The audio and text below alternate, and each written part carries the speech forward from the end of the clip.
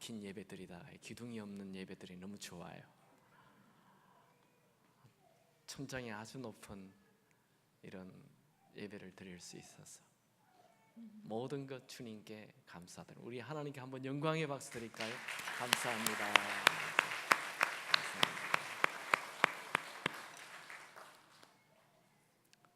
오늘 저는 성령 충만, 그 아름다운 삶이라는 제목으로 말씀을 나누기 원합니다. 40대 남성이 주일 아침에 교회에 가고 싶은 마음이 없어서 시골에 있는 어머니 권사님에게 문자를 보냈습니다. 어머니, 나는 오랫동안 교회를 다녔지만 이제 교회를 가고 싶지 않습니다.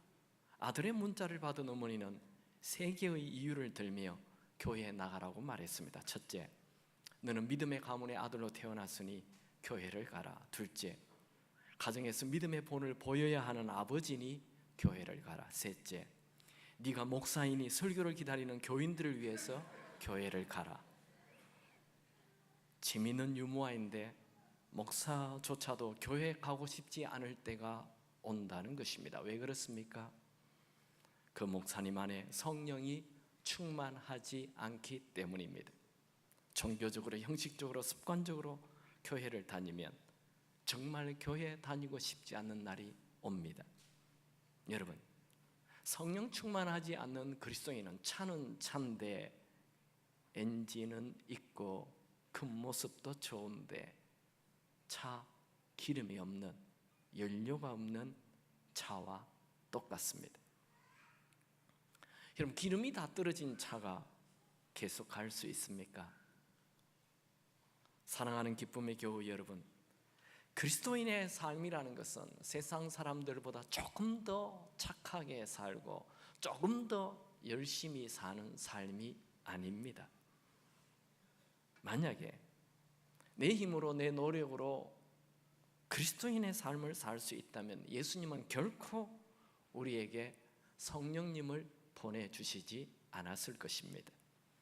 예수님은 3년 반 동안 제자들과 함께 지내시고 그들을 떠나시기 마지막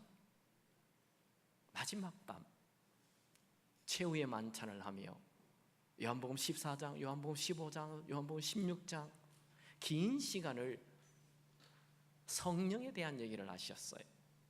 그리고 십자가에 죽으시죠. 예수님은 부활하여 제자들에게 나타나죠. 그래서 11 제자가 있는, 도마가 있는 그곳에 부활한 직후 나타나셔서 성령을 받으라, 또 성령 얘기하셨어요. 또 부활하셔 40일 동안 계속 제자들과 함께 있다가 하늘로 성천하시기 직전에 아버지께서 약속하신 그 성령을 받으라. 그러니까 예수님은 십자가를 지기 전에, 부활한 직후, 성천하기 직전에 거듭 성령에 대한 얘기를 하셨습니다. 왜요? 그 이유는 성령 없이는 그리스도인의 능력 있는 삶을 살 수 없기 때문입니다. 여러분, 세상 최고의 설교가인 예수님의 설교를 직접 들었고 예수님과 함께 3년 반 동안 동락을 했던 그 제자들에게 성령이 필요했다면 책에 적힌 예수님의 설교를 듣고 있는 우리는 더더욱 성령님이 필요하지 않을까요? 만약 우리가 아침에 일어나 성령의 도움 없이 하루를 출발한다면 승리하는 그리스도인의 삶이라기보다 패배와 우울과 무능과 혼란과 허무 속에 살아가는 삶이 될 것입니다. 다시 말하면 그리스도인의 삶이란 성령 없이는 불가능하고 계속 유지할 수 없다는 것입니다. 저는 오늘 성령 충만하여 종교인에서 성령 충만한 그 아름다운 삶을 사는 한 사람을 소개하기 원합니다. 그는 사울 왕 지파인 베냐민 지파에서 태어났습니다. 쉽게 말하면 왕족 지파입니다. 그는 재벌 2세로 태어났습니다. 오늘날 같으면 금수저입니다. 그의 아버지는 돈이 얼마나 많은지 돈으로 유대인인데 로마 시민권을 가지고 사고 그것을 또 자기 아들에게도 물려주었습니다. 그는 그 당대 최고의 학자인 가말리엘 문화생으로 공부를 했습니다. 지금 같으면 하버드 대학을 졸업한 것입니다. 그는 공부를 마치고 유대인들이 가장 부러워하는 바리새인이 되었습니다. 유대 사회의 바리새인이라는 것은 국회의원과 같습니다. 그는 좋은 가문의 높은 학벌에 많은 재산을 가지고 거기에다가 바리새인까지 된 장래가 촉망되는 젊은이였습니다. 그는 누가 봐도 탄탄대로의 성공 신화의 길을 가는 사람이었습니다. 그는 열정이 넘쳤고 의욕이 넘쳤고 자기 자신을 표현할 때 나는 유대인 중에 유대인이요 히브리인 중에 히브리인이라 아무것도 부족함이 없는 자랑 넘치는 교만한 사람이었습니다. 유대인들이 가장 싫어하는 것은 유대인들에게 헛된 종교를 전하는 것입니다. 이 사람이 바로 사울인데 이 사울에게 이상한 소문이 들려요. 그것은 유대인들에게 예수를 전하는 무리들이 있다는 말을. 그 말을 듣자마자 상류 사회 1% 엘리트 그룹에 속하는 이 사울의 마음에 분노가 생겼습니다. 그는 자신의 의가 굉장히 강한 사람입니다. 자기가 옳다고 여겨지면 물불을 가리지 않습니다. 성경은 그를 어떻게 기록합니까? 사도행전 9장 1절 2절 다 같이 한 목소리로 읽죠. 사울이 주의 제자들에 대하여 여전히 위협과 살기가 등등하여 대제사장에게 가서 다메섹 여러 회당에 가져갈 공문을 청하니 이는 만일 그 도를 따르는 사람을 만나면 남녀를 막론하고 결박하여 예루살렘으로 잡아오려 함이라. 사울은 조금 전에 스데반이라는 사람을 돌로 쳐 죽이는데 앞장서는 주동자였습니다. 이게 살기가 등등하다라는 말은 살기로 이렇게 호흡을 하고 있다는 거예요. 그 옆에 가면 살기를 느껴요. 사람을 죽이고자 하는 이 분노가 그 안에 있었다는 것이죠. 그는 예수 믿는 사람들의 집에 들어가서 남녀노소 할 것 없이 그들을 끌어내며 예루살렘으로 끌고 가서 채찍으로 그들을 사정없이 내리치는 냉혈동물 같은 사람이었습니다. 이 사울의 삶의 목표는 이 세상의 성공입니다. 그는 성공을 위한다면 사람 하나 죽이는 것은 눈 하나 깜짝하지 않습니다. 마른 바리새인이고 성경을 다 암송하고 매일 성경을 연구한다 하지만 삶에는 철저히 자기중심적인 삶을 사는 사람이었습니다. 그는 매일 말씀을 보지만 그 말씀이 자기 삶에는 아무런 영향을 끼치지 않았습니다. 그의 마음 안에는 교만과 냉대와 독성과 위협과 살기가 가득하였습니다. 그는 살아있지만 육체는 살아있지만 그의 영은 죽은 자였습니다. 그는 밝은 대낮에도 어둠을 뒤집어 쓰고 사는 불쌍한 사람이었습니다. 그는 예루살렘으로부터 북쪽으로 240km 떨어진 현재 시리아 수도인 다메섹에 예수를 믿는 자들이 있다는 말을 들었습니다. 사울에게 아무도 그들을 잡아오라 말하는 사람이 없었습니다. 그런데 그는 대제사장을 찾아가서 내가 그들을 잡아오겠다고 말을 하며 그들을 잡으러 갔습니다. 왜요? 종교계에 조금 더 입지를 높이기 위하여, 자기가 종교계에서 더 많은 인정을 받기 위하여, 쉽게 얘기하면 더 성공하기 위하여. 보통 사람이 걸어서 간다면 7, 8일 좋게 걸리는 그 먼 거리를 멀다 하지 않고 가고 있습니다. 다메섹에는 유대인들이 10,000명 넘게 살고 있었습니다. 적어도 회당이 30개 내지 40개가 있었습니다.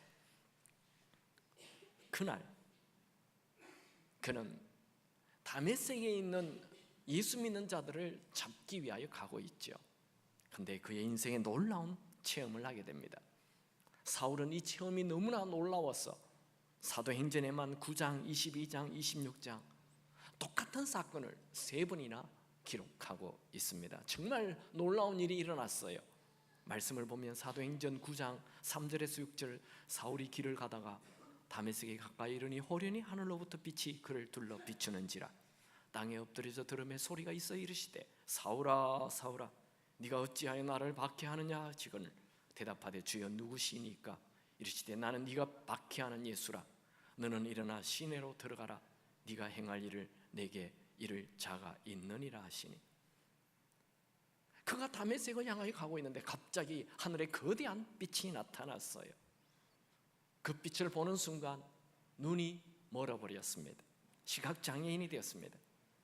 그 일로 조금 전만 해도 위풍당당하게 말을 타고 가던 그가 이제 사람들의 손을 빌리지 아니하고는 걸어갈 수 없는 시각장애인이 되고 말았습니다.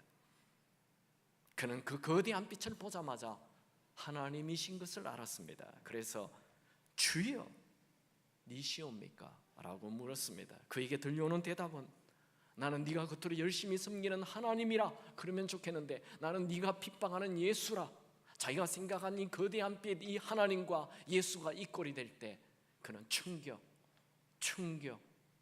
충격이었습니다.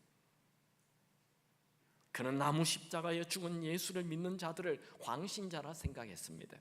그는 나무 십자가에 죽은 예수를 믿는 자들이 진짜 나쁜 이단이라 생각했습니다. 그런데 그 예수님이 살아 계신 것을 보고 그분의 음성을 직접 들었습니다. 그는 곧바로 3일 동안 금식을 하며 회개하였습니다. 음식을 먹지 않는 정도가 아니라 물도 마시지 않는 철저한 금식을 하였습니다. 그는 지금까지 자기가 하는 일이 다 맞다고 생각했습니다. 그는 지금까지 자기가 다 의롭다고 생각했습니다. 그런데 예수님을 보고 나니, 예수님의 음성을 들으니 그가 예수님을 핍박하고 박해하는 자라는 거예요. 그는 자신의 모든 죄를 다 토해냈습니다. 먹는 것과 마시는 것을 포기한다는 것은 죽는 것을 선택했다는 것이죠. 원래 이 사울은 세상 성공을 위해 살았던 자입니다. 그래서 공부도 열심히 했고요, 그래서 바리새인이 됐고요, 그래서 좀 더 높은 바리새인이 되기 위하여 지금 사람 죽이는 데 가고 있었던 것이지요. 그가 거대한 빛 앞에 자기의 어둠을 보았습니다. 거대한 빛 앞에 자기 마음 안에 가득 차 있는 세상 욕심을 보았습니다. 한편 다메섹에 아나니아라는 사람이 있었습니다. 예수님께서 그 아나니아에게 나타나서 사울을 만나라 말씀하지요.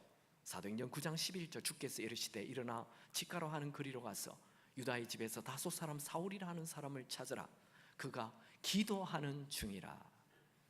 아나니아는 그 음성을 듣자마자 예수님, 그 사람은 예수 믿는 사람들을 죽이고 체포하는 자예요 라고 항변을 하자 예수님은 사울은 이방인들을 위한 내가 택한 이방의 빛이다 이렇게 말씀해 주었습니다.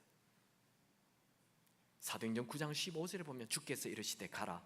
이 사람은 내 이름을 이방인과 임금들과 이스라엘 자손들에게 전하기 위하여 택한 나의 그릇이라. 예수님의 말씀을 들은 아나니아는 자기 생각을 접고 곧바로 순종하여 사울을 찾아갑니다. 이 사울과 아나니아는 아주 대조적인 사람이에요. 사울은 자기중심적이고 자기 고집이 강한 사람입니다. 근데 이 아나니아는 예수님 중심적이고 자기 생각을 내려놓는 사람입니다. 사울은 살기가 가득한 사람이고 아나니아는 사랑이 가득한 사람입니다. 아나니아는 사울을 만나자마자 그 예수 믿는 사람을 죽이는 이 사울을 보고 형제 사울, 형제라고 불러요. 사도행전 9장 17절은 우리 다 같이 한번 읽어볼까요? 시작. 아나니아가 떠나 그 집에 들어가서 그에게 안수하여 이르되 형제 사울아, 주 곧 내가 오는 길에서 나타나셨던 예수께서 나를 보내어 너로 다시 보게 하시고 성령으로 충만하게 하신다 하니. 아나니아가 사울을 찾아간 이유는 세 가지입니다. 첫 번째, 그의 눈을 뜨게 하는 거, 안수해서 눈을 뜨게 하는 거예요. 두 번째, 안수해서 성령으로 충만하게 하는 거예요. 세 번째, 이방인에게 복음을 전하는 하나님의 도구라는 이 사명을 주기 위하여 갔어요.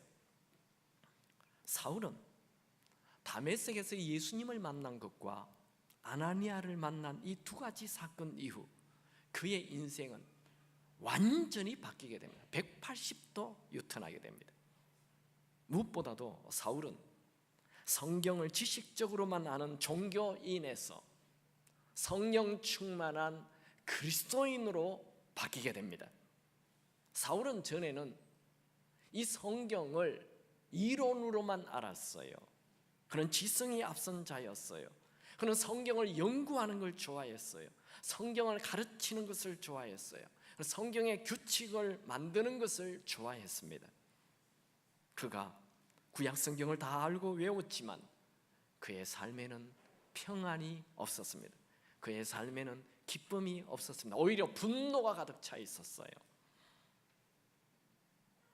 그런 사울이 성령 충만하자 차디찬 종교인에서 열정적인 복음을 전하는 자로 바뀌었습니다. 여러분, 예수님은 제자들에게 그토록 성령을 강조하시고 이제 성경을 지식적으로만 아는 이 차디찬 종교인 사울에게 나타나셔서 성령을 주시길 원하셨습니다. 사울은 종교인의 대표적인 사람입니다. 오늘날 교회에도 이런 분이 굉장히 많죠. 성경 말씀을 단지 지식으로만 받아들이고 그 말씀과 자신은 아무런 상관이 없어요. 이 성경에 지식이 많이 차니 다른 사람의 약점이 보이기 시작합니다. 비판적이고 공격적인 사람이 됩니다. 그에게는 뜨거운 기도나 열정적인 전도나 사랑이 넘치거나 마음의 평안함 이런 것은 전혀 없었습니다. 오로지 성경 지식만 가득 차 있었습니다. 예수님은 사울에게 극적으로 나타나셔서 성령을 주시길 원하셨습니다. 저는 우리 기쁨의 교우 모든 분들이 성령 충만한 삶을 사시길 축원합니다. 그럼 어떻게 하면 성령 충만한 사람이 됩니까? 첫 번째로 성령은 구하는 자에게 부어주십니다. 사울은 눈이 멀고 먹지도 않고 마시지도 않고 간절히 기도하자 주님은 아나니아를 보내서 그를 안수하여 성령 충만하게 하였습니다. 하나님은 구하는 자에게 성령을 주신다 약속하셨죠. 누가복음 11장 13절에 네가 악할지라도 좋은 것을 자식에게 줄 줄 알거든 하물며 너희 하늘 아버지께서 구하는 자에게 성령을 주시지 않겠느냐 하시니라. 사울은 과거에 단 한 번도 이렇게 식음을 전폐하면서 간절히 기도해 본 적이 없었습니다. 그의 마음에는 언제나 세상 성공이 가득 차 있었습니다. 그는 성공 신화에 잡힌 자입니다. 그런데 그가 아무것도 보지 못하는 시각장애인이 되자 모든 것이 달라졌습니다. 관심이 달라졌습니다. 생각이 달라졌습니다. 원하는 것이 달라졌습니다. 그는 성경을 가르치는 바리새인으로 살았지만 단 한 번도 하나님의 임재, 하나님을 만나는 것을 원한 적이 없었습니다. 물론 그는 상식적으로 하나님은 어디에나 계신다, 하나님의 편재, 하나님은 어디에나 계신다 이런 얘기를 하였죠.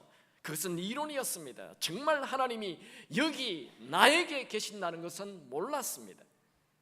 사울이 다메섹에서 예수님을 보고 눈이 보이지 않게 된 것은 불행이 아니라 하나님을 만날 수 있는 행운이었습니다. 기회였습니다. 여러분, 고난은 어떤 고난이든 하나님을 가까이 할 수 있는 기회입니다. 고난은 하나님을 붙잡으라는 하나님이 주시는 강력한 메시지입니다. 사인입니다.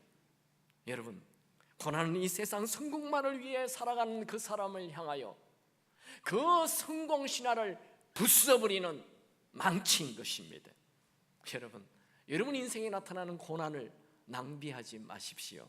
고난을 고난으로 끝내지 말라는 말입니다. 그 고난에는 반드시 하나님이 여러분을 찾고 있다는 사인이 들어있다는 거예요.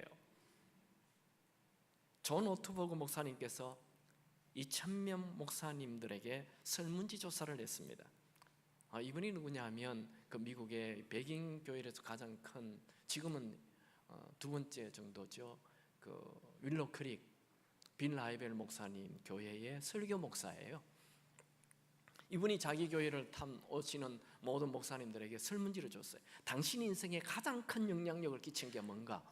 학력, 돈, 성공, 가족, 선배 쭉 얘기를 하고 제일 마지막에 고난, 이렇게 설문지를 줬는데 내 인생에 가장 큰 영향력을 끼친 것은 고난이라고 대답한 사람이 90%가 넘었어요.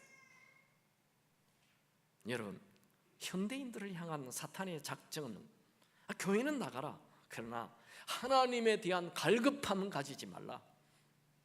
현대인들의 마음에 온갖 잡동사니를 가득 채워서 하나님을 찾지 못하게 합니다. 이 작전은 스트라이크 했어요. 현대인들이 매일 아침 눈만 뜨면 새롭고 재밌고 좋은 것들이 나옵니다. 그러니 우리의 눈을 세상에서 뗄 수가 없어요. 사탄이 성공하는 거예요. 우리의 마음을 세상에 다 빼앗겨 버리는 거예요. 사탄은 절대로 하나님에게 눈을 돌리지 않도록 온갖 것으로 다 유혹합니다.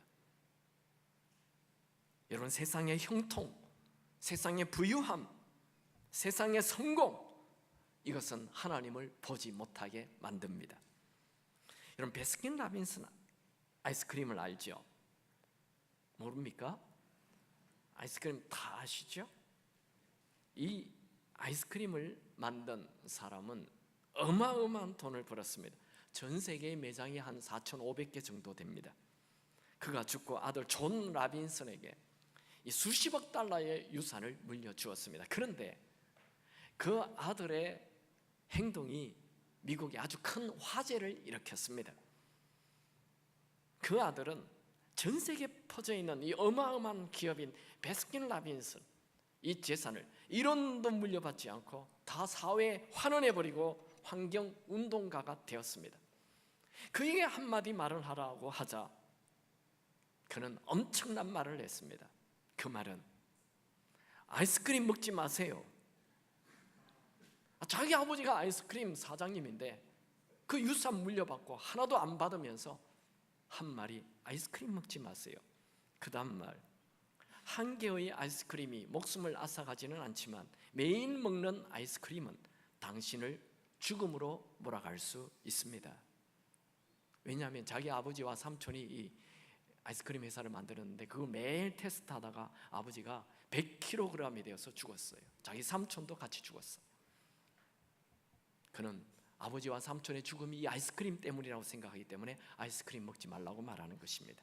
여러분, 아이스크림을 좋아하면 주식인 밥을 먹지 않게 되어 있습니다. 우리 집의 새 아이들은 밥을 잘 먹어요. 왜냐하면 제가 아이스크림을 주지 않거든요. 목사님 아들은 참 불행하다 그렇게 생각하시겠죠. 사울은 시각장애인이 되자 모든 게 달라졌어요. 조금 전에는 이 세상의 형통함이 전부였어요. 성공이 전부였어요. 그런데 그가 시각장애인이 되자 모든 게 달라졌어요. 그렇게 중요하게 여기던 성공이 아무것도 아님을 알게 되었습니다. 그렇게 자기가 의롭다고 생각했던 자기의 의가 걸레 조각과 같은 더러운 것이라는 것을 알게 되었습니다. 그렇게 자랑하던 학벌과 지식이 다 쓰레기라는 것을 알게 되었습니다. 그는 시각장애인이 되자 가문의 전통과 배움과 지식과 부귀영화를 다 배설물로 여겼습니다. 그는 큰 고난 앞에 하나님을 찾는 자가 되어서 식음을 전폐하고 기도하고 있습니다. 그가 간절히 기도하자 예수님께서 그에게 아나니아를 보내서 성령을 부어 주셨습니다. 여러분, 우리가 왜 성령 충만하지 못합니까? 구하지 않기 때문에. 야고보서 4장 2절, 너희가 얻지 못하면 구하지 아니하기 때문이요. 현대 그리스도인들의 최고의 질병은 영적 미지근함이라는 난치병입니다. 현대인들은 하나님을 향한 갈급함이 부족합니다. 여러분, 하나님으로부터 오는 온갖 혜택을 구하지 마시고 하나님 그분 자체를 구하시기 바랍니다. 1950년 아르헨티나에 대부흥이 일어나지요. 그 아르헨티나 대부흥의 주인공이 밀러 박사입니다. 그는 나이 40에 아르헨티나에 가서 선교를 합니다. 어느 날 그가 사역을 하던 아르헨티나 성경학교 학생 50명이 함께 기도하기 시작했고 그곳에 성령이 임했습니다. 그러자 그 학생들이 아르헨티나를 위하여 기도해야 한다는 부담감이 너무 커서 수업도 중단하고 기도하기 시작했습니다. 이 학생들이 49일간 하루도 빼지 않고 아르헨티나를 위하여 중보 기도를 했습니다. 밀러 박사에 의하면 그 당시 아르헨티나는 영적 불모지였습니다. 전국에 예수를 믿는 자가 600명이 되지 않았다고 합니다. 이 학생들은 날마다 모여서 기도하고 부르짖었습니다. 한 학생은 콘크리트 벽돌 담에 머리를 대고 울었는데 4시간이 지나 눈물이 바닥에 흘러 흥건하였고 6시간이 지나자 눈물이 웅덩이를 만들었습니다. 이 50명의 학생이 매일 날마다 울며 기도하고 자기의 죄를 넘어 이 조국의 죄를 회개하였습니다. 그렇게 주님 앞에 울고 기도한 지 50일째 되던 날 밀러 박사에게 내적인 음성이 들렸습니다. 그만 울어라. 너희들의 기도가 아르헨티나의 군주를 이겼다. 그날 이후 사람들이 몰려오기 시작해서 18개월 후에는 18만석 규모의 축구 경기장에서 전도 집회를 열게 되었습니다. 아르헨티나의 영적 부흥의 불이 붙은 것입니다. 그것으로 끝나지 않고 이 아르헨티나의 영적 부흥의 불은 남미 전체에 영향력을 끼쳤습니다. 이런 일은 아르헨티나에만 일어난 것이 아니라 우리 한국도 1907년 평양 장대현 교회에 이 기도회가 큰 부흥을 일으키게 됩니다. 미국의 유명한 부흥사 존스턴 목사님이 장대현 교회에 와서 집회를 하면서 영국, 웨일즈와 인도 등 각 세계에서 일어나는 성령의 역사를 소개한 이후 한국에서 누가 성령 충만을 받을 것인가 물었을 때 길순주 장로님이 손을 들고 일어나 부흥 사역에 헌신할 것을 서약했습니다. 오래전부터 새벽 기도를 해왔던 길순주 장로님은 존스턴 목사님의 집회를 마치자마자 장대현 교인들과 함께 성령 충만을 기다리는 기도회를 시작했습니다. 그리고 마침내 1907년 1월 6일 장대현 교회에서 부흥회가 시작되었는데 그때 1000여 명이 강력한 성령을 체험하게 되고 교인들이 서로 자기의 죄를 자복하고 회개하여 성령의 역사가 놀랍게 일어나게 되어 이 평양 성령의 놀라운 부흥의 역사가 한국 전역에 퍼지게 되었던 것입니다. 여러분 성령 충만을 원하십니까? 성경을 지식적으로만 알기로 하지 마시고 기도하여 지금 살아 계신 하나님을 체험하시기 바랍니다. 성령 충만하지 않는다면 성경 말씀은 그저 한낱 교양책에 불과하고 한낱 소설에 불과할 뿐 그 말씀대로 살 수 있는 힘이 나에게 없습니다. 기도와 성령은 반드시 연결되어 있습니다. 성령 충만한 자는 모든 분들이 다 기도하는 자들입니다. 성령 충만은 간절히 하나님을 찾는 자에게 부어집니다. 두 번째, 성령 충만은 회개하는 자에게 부어집니다. 거대한 빛으로 나타난 예수님은 사도 바울에게 나는 네가 핍박하는 예수라 말씀하였습니다. 그 말에 사도 이 사울은 꼬꾸라지죠. 그는 지금까지 자기가 신앙생활 잘 하는 줄 알았어요. 그는 누구보다도 성경을 잘 아는 자이고 성경을 가르치는 바리새인이었어요. 그런데 그의 인생에 대한 예수님의 평가는 너는 나를 핍박하는 박해하는 자라, 그런 말이었어요. 나중에 바울은 자기의 인생을 회고하면서 자신은 회방자요 포행자요 죄수요 죄인 중에 괴수라고까지 회개하였습니다. 여러분 지금 꽤 괜찮은 사람입니까? 세상적으로 별 문제가 없습니까? 사회적으로 존경받는 자입니까? 예수님의 눈으로 여러분의 전 인생을 한번 평가해 보십시오. 예수님 뭐라고 말씀하실까요? 아마 제일 많이 하시는 말씀이 너는 나를 무시하는 자다 라는 평가를 받지 않을까요? 예수님을 주님이라고 부르면서 말로만 주인이지 매일 그 주님을 찾지도 않고 의식하지도 않고 내 멋대로 살아가는 형식적인 그리스도인이 아닌가요? 제가 어느 집사님 부부가 식사를 초대해서 그 집에 갔습니다. 저를 초대해 놓고 이 부부가 약간 밥 때문에 이 반찬 때문에 티격태격 다투기 시작해요. 나중에는 막 큰 소리로 싸워요. 제가 그 같이 앉아 있는데 얼마나 민망하든지 사실 솔직히 막 튀어나오고 싶었어요. 근데 저를 위해 뭐 음식을 준비했다 해서 억지로 제가 꾸역꾸역 먹고 나왔는데, 여러분들이 예수를 믿는다면서 예수님을 주인이라고 말을 하는데 예수님을 의식도 하지 않아요. 아니, 예수님을 무시해요. 여러분, 우리의 최고의 죄가 뭔 줄 아시죠? 내가 주인 되어, 내 인생이 내 것이 아닌데 내가 주인 되어 내 마음대로 사는 거, 이게 제일 큰 죄라고요. 예수님이 십자가에 죽으시고 부활하신 이유가 뭐라고 했죠? 작년 1년 내내 했던 설교인데요, 우리 같이 한번 읽을까요? 로마서 14장 9절 다 같이 큰 소리로 읽습니다. 시작. 이를 위하여 그리스도께서 죽었다가 다시 살아나셨으니 곧 죽은 자와 산 자의 주가 되려 하심이라. 예수님이 왜 우리를 위하여 십자가에 죽었다고요? 왜 우리를 위해 부활했다고요? 우리의 주인 되기 위하여.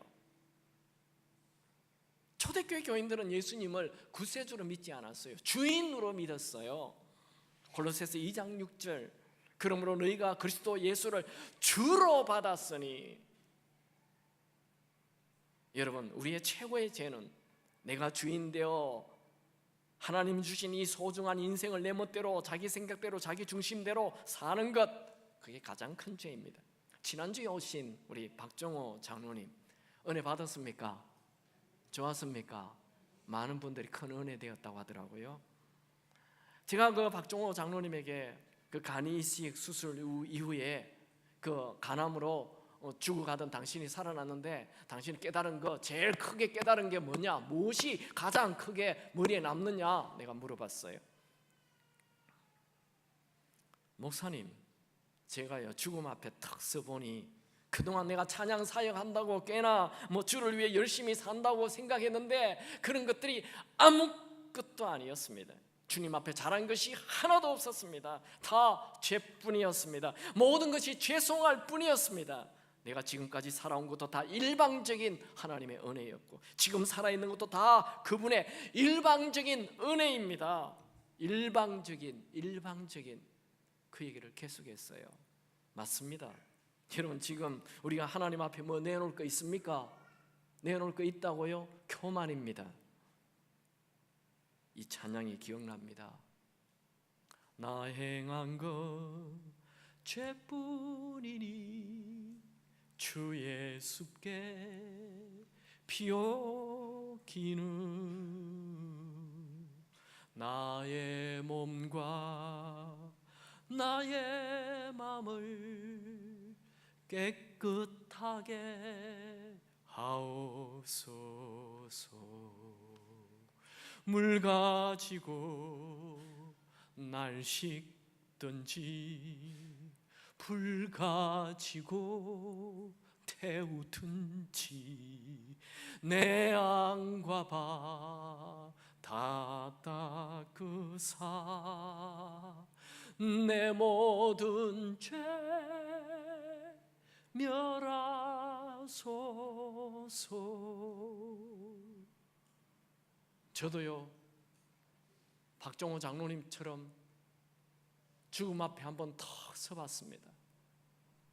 그랬더니요, 머리카락 하나하나 손끝부터 발끝까지 온 세포가 다 죄로 가득 차 있는 것을 보게 되었습니다. 주여, 이 죄를 어떻게 해결합니까? 내가 물로 씻을 수 있습니까? 성령의 생수로 씻으시고 예수의 보혈로 씻으시고 성령의 불로 태워 주옵소서.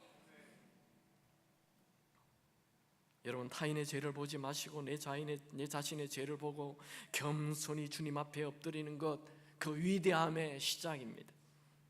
여러분, 우리는 우리의 힘으로 단 1초도 살 수 없는 연약한 인생입니다. 우리 삶의 주인은 내가 아니라 주님이십니다. 제가 조금 전에 1907년 평양 장대현 교회 부흥이 길선주 장로님이 중심이 된 그 기도회였다라고 얘기했죠. 그런데 사실 그 불은 길선주 장로님의 회개 기도로 시작되었어요. 길 장로님이 그 자기가 친구 하나 있었는데 친구가 죽기 직전에 집 문서와 땅 문서를 넘겨주면서 자기 가족을 부탁했습니다.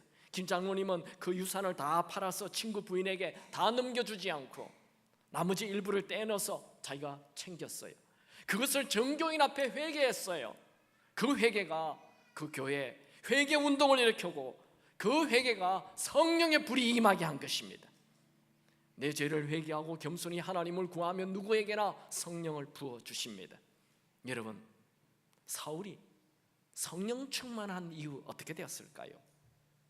그는 성경 지식이 그를 교만하게 만들었어요. 그는 교만으로 남을 비판한 자가 되었어요. 그는 오로지 비판과 분노가 넘치는 인생으로 살인자가 되었습니다. 그가 성령 충만한 이후 완전히 다른 사람이 되었습니다. 그는 3일 동안 금식하면서 정말 자신의 죄를 철저히 회개하고 완전히 자아가 죽었습니다. 여러분, 좋은 학벌, 많은 지식이 있으면 뭐합니까? 평생 주님을 무시하고 불평, 불만으로 인생을 사는데, 여러분 집이 크면 뭐합니까? 영원한 천국 집이 없는데, 여러분 잘생기면 뭐합니까? 곧 썩어져 없어져 버릴 육체인데, 여러분 사람들에게 인기 있으면 뭐합니까? 주님께서 책망하시는데, 여러분 오늘 내가 죽는 시간을 가지기 바랍니다. 내가 죽으면 성령이 충만하게 임하게 될 것입니다.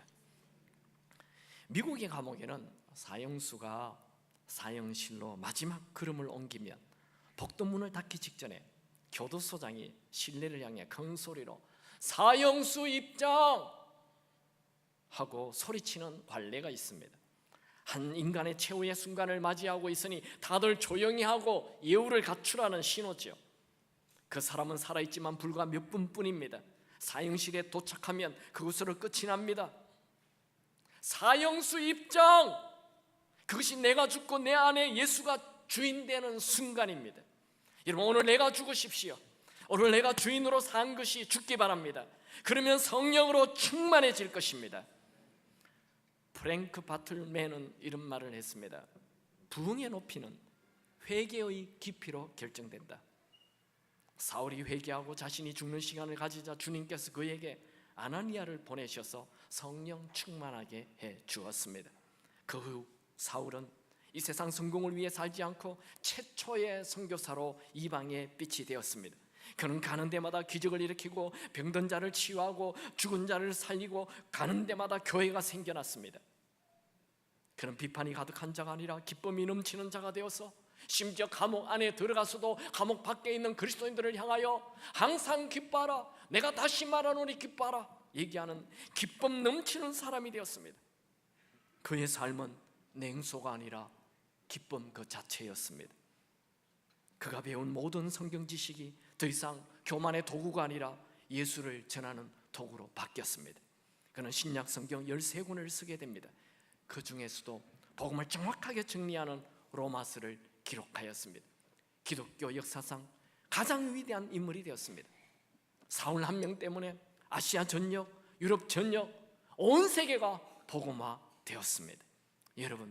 여러분이 성령 충만하여 여러분의 가정을 살리고 여러분의 세를 살리고 여러분의 교회를 살리고 이 민족을 살리는 자 되기를 축원합니다.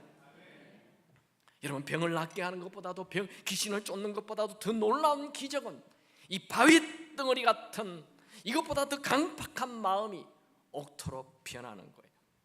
사람의 마음이 바뀌는 것이 최고의 기적입니다. 정말 위대한 기적은 내가 주인 되어 살던 사람이 내 주인됨을 회개하고 예수님을 주인으로 모시는 것, 그게 기적인 것입니다. 여러분, 성령 충만을 원하십니까? 그러면 여러분이 주인 된 것을 내려놓고 예수님을 주인으로 모시기 바랍니다. 살인자 사울을 장님으로 만들어 성령 충만케 하신 예수님은 오늘 우리에게 다가와 성령을 부어주시기를 원하십니다. 성경을 지식적으로만 알지 마세요. 성경을 아무리 많이 알아도 나에게 성령이 임하지 않는다면 그 성경 말씀과 나는 상관이 없어요. 이 성경 말씀이 작동이 되려면 내 안에 성령이 임해야 이 성경 말씀이 내 삶에 작동이 되는 것입니다. 예수를 주님으로 영접한 자에게는 누구에게나 성령님이 계세요. 그런데 그 정도의 성령님이 되지 말고 성령으로 충만하게 되기 바랍니다. 예수님이 내 안에 들어와 있지만 내가 충만해요. 내가 충만히 내려가고 성령님이 충만해지기 바랍니다. 성령 충만하면 정말 아름답고 놀라운 인생이 펼쳐집니다. 지루한 인생이 아니에요. 열정 넘치는 인생이 됩니다. 신나는 인생이 됩니다. 감사해야지가 아니에요. 감사가 터져나오는 삶이 됩니다. 여러분, 오늘 여러분을 성령 충만 그 아름다운 삶으로 초대합니다.